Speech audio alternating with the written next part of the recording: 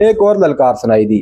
جب یہ للکار خالد بن ولید تک پہنچی تو انہوں نے دائیں بائیں قاصد اس حکم کے ساتھ دوڑا دیے کہ دشمن کے عقب میں جانے کی کوشش کرو اور ان کی کشتیاں توڑ دو یا ان پر قبضہ کر لو۔ قبضہ کر لینے کی صورت میں یہ کشتیاں خالد بن ولید کے لشکر کے کام آ سکتی تھی، انہیں بھی دریا پار کرنا تھا۔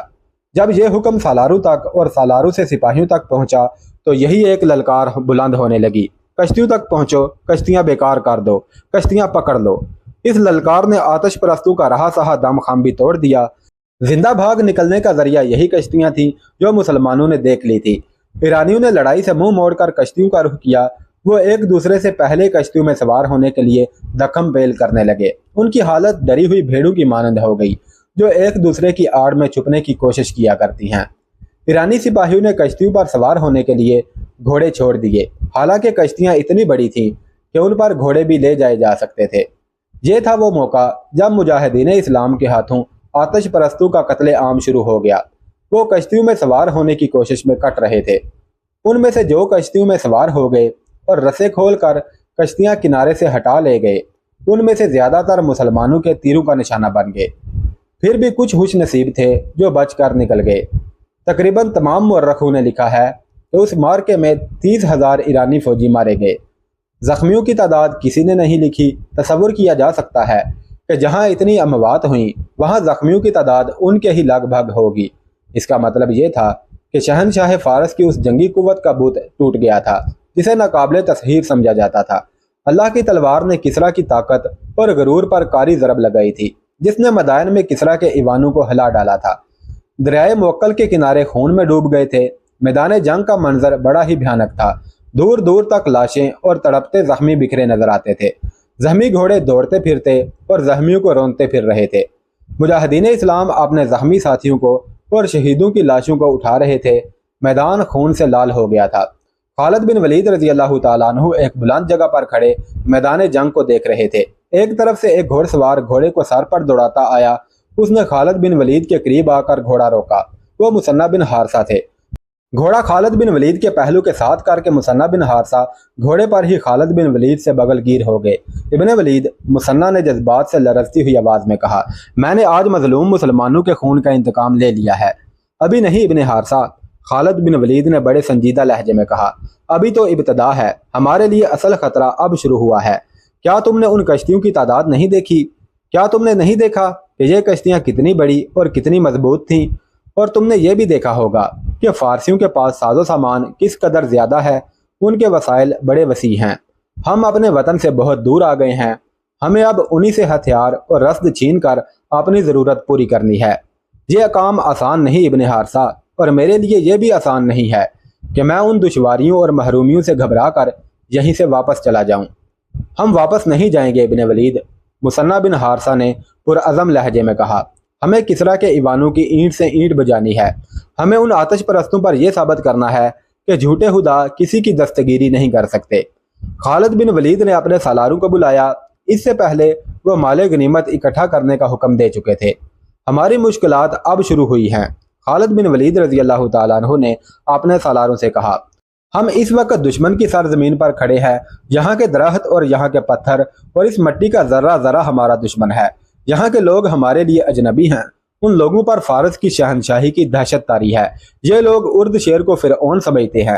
یہ بڑی مشکل سے مانیں گے کہ کوئی ایسی طاقت بھی ہے جس نے فارس کی شہنشاہی کا بت توڑ ڈالا ہے۔ میرے رفیقو، یہاں کے لوگوں کو اپنے ساتھ ملائے بغیر ہم یہاں ایک قدم بھی نہیں چل سکتے۔ ہم کسی سے تعاون کی بھیک نہیں مانگیں گے۔ ہم محبت سے ان کے دل موہ لینے کی کوشش کریں گے، اور جس پر ہمیں ذرا سا بھی شک ہوگا کہ وہ ہمیں ظاہری طور پر یا در پردہ نقصان پہنچانے کی کوشش کر رہا ہے، ہم اسے زندہ رہنے کے حق سے محروم کر دیں گے۔ ہم ان لوگوں کو غلام بنانے نہیں آئے، ہم انہیں غلامی سے اور باطل کے عقیدوں سے نجات دلانے آئے ہیں۔ جو علاقے ہم نے لے لیے ہیں ان کے انتظامی امور کی طرف فوری توجہ دینی ہے۔ جہاں مسلمان بھی آباد ہیں وہ یقیناً ہمارا ساتھ دیں گے، لیکن میرے دوستو، کسی پر صرف اس لیے اعتبار نہ کر دینا کہ وہ مسلمان ہے۔ غلامی اتنی بری چیز ہے کہ انسانوں کی فطرت بدل ڈالتی ہے۔ جہاں کے مسلمانوں کو اعتبار میں لے کر ان سے معلوم کرنا ہے کہ شہنشاہ فارس کے حامی کون کون ہیں، ان کی چھان بین کر کے ان کے درجے مقرر کرنے ہیں۔ جن پر ذرا سا بھی شک ہو اسے گرفتار کر لو اور جو غیر مسلم سچے دل سے ہمارے ساتھ تعاون کرنا چاہتا ہے اسے اسلام کی دعوت دو۔ میں مختلف شعبے قائم کر رہا ہوں۔ خالد بن ولید نے مفتوحہ علاقوں کے باشندوں پر سب سے زیادہ توجہ دی۔ انہوں نے اعلان کیا کہ جو غیر مسلم باشندے مسلمانوں کی اطاعت قبول کر لیں گے ان سے جزیہ وصول کیا جائے گا اور مسلمان انہیں اپنی پناہ میں سمجھیں گے۔ ان کی ضروریات اور ان کی جان و مال کا تحفظ مسلمانوں کی ذمہ داری ہوگی۔ اس اعلان کے ساتھ ہی بیشتر باشندے مسلمانوں کی پناہ میں آ گئے۔ خالد بن ولید نے اس علاقے سے جزیہ اور محصولات وغیرہ جمع کرنے کے لیے ایک شعبہ قائم کر دیا جس کا نگران سوید بن مقرن کو مقرر کیا گیا۔ دوسرا شعبہ جس کی سب سے زیادہ ضرورت تھی وہ جاسوسی کا شعبہ تھا۔ اب باقاعدہ اور ماہرانہ جاسوسی کی ضرورت تھی۔ خالد بن ولید رضی اللہ تعالیٰ عنہ نے اسی وقت اپنے جاسوس جو اسی علاقے کے رہنے والے مسلمان تھے دریائے فرات کے پار بھیج دیے۔ جب مال غنیمت جمع ہو گیا تو دیکھا کہ یہ جنگ سلاسل کی نسبت خاصا زیادہ تھا۔ خالد بن ولید نے اس کے 5 حصے کیے، 4 اپنی سپاہ میں تقسیم کر کے 5واں حصہ مدینہ بھیج دیا۔ مورخ لکھتے ہیں کہ اس سے پہلے خالد بن ولید کو اتنا سنجیدہ اور اتنا متفکر کبھی نہیں دیکھا گیا تھا جتنا وہ اب تھے۔ زرتشت کے پجاریوں کے لیے دریائے فرات کا سرسبز و شاداب خطہ جہنم بن گیا تھا۔ کس قدر ناز تھا انہیں اپنی جنگی طاقت پر، اپنی شان و شوکت پر، اپنے گھوڑوں اور ہاتھیوں پر۔ وہ تو فرعونوں کے ہم پلہ ہونے کا دعویٰ کرنے لگے تھے اور کسرا دہشت کی علامت بنتا جا رہا تھا۔ دجلہ اور فرات کے سنگم کے وسیع علاقے میں خالد بن ولید نے، جنہیں رسول اکرم صلی اللہ علیہ وسلم نے اللہ کی تلوار کا خطاب دیا تھا، فارس کے زرتشتوں کو بہت بری شکستیں دی تھی اور ان کے ہرمز، کارن بن کریانس، انوش جان اور قباس جیسے سالاروں کو موت کے گھاٹ اتار دیا تھا۔ لیکن کسرا ارد شیر نے ابھی شکست تسلیم نہیں کی تھی۔ اس کے پاس ابھی بے پناہ فوج موجود تھی اور مدینہ کے مجاہدین کو وہ اب بھی بدو اور صحرائی لٹیرے کہتا تھا۔ اس نے شکست تسلیم تو نہیں کی تھی لیکن شکست اور اپنے نامور سالاروں کی مسلمانوں کے ہاتھوں موت کا جو اسے صدمہ ہوا تھا اسے وہ چھپا نہیں سکا تھا۔ ہرمز کی موت کی اطلاع پر وہ اپنے دل پر ہاتھ رکھ کر دوہرا ہو گیا تھا۔ اس نے سنبھلنے کی بہت کوشش کی تھی لیکن ایسے مرض کا آغاز ہو چکا تھا جس نے اسے بستر پر گرا دیا تھا۔ مورخوں نے اس مرض کو صدمے کا اثر لکھا ہے۔ کیا میرے لیے شکست اور پسپائی کے سوا اب کوئی خبر نہیں رہ گئی؟ اس نے بستر پر اٹھ کر بیٹھتے ہوئے گرج کر کہا، کیا مدینہ کے مسلمان جنات ہیں؟ کیا وہ کسی کو نظر نہیں آتے اور وار کر جاتے ہیں؟ طبیب ارد شیر کے منظور نظر 2 جوان سال بیویاں اور اس کا وزیر حیران و پریشان کھڑے اس قاصد کو گھور رہے تھے جو ایرانیوں کی فوج کی ایک اور شکست اور پسپائی کی خبر لایا تھا۔ اس کے آنے کی جب اطلاع اندر آئی تو طبیب نے باہر جا کر قاصد سے پوچھا تھا کہ وہ کیا خبر لایا ہے۔ قاصد نے خبر سنائی تو طبیب نے اسے کہا تھا کہ وہ کسرا کو ابھی ایسی بری خبر نہ سنائے کیونکہ اس کی طبیعت اس کی متحمل نہیں ہو سکے گی۔ لیکن یہ قاصد کوئی معمولی سپاہی نہیں تھا کہ وہ طبیب کا کہا مان جاتا۔ وہ پرانا کماندار تھا، اس کا عہدہ سالاری سے 2 درجہ ہی کم تھا۔ اسے کسی سالار نے نہیں بھیجا تھا اور اسے بھیجنے کے لیے کوئی سالار زندہ بچا بھی نہیں تھا۔ طبیب کے روکنے سے وہ نہ رکا۔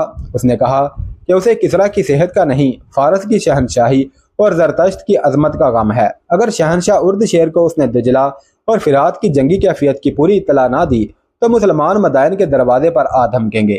اس نے طبیب کی اور کوئی بات نہ سنی، اندر چلا گیا اور ارد شیر کو بتایا کہ مسلمانوں نے فارس کی فوج کو بہت بری شکست دی ہے۔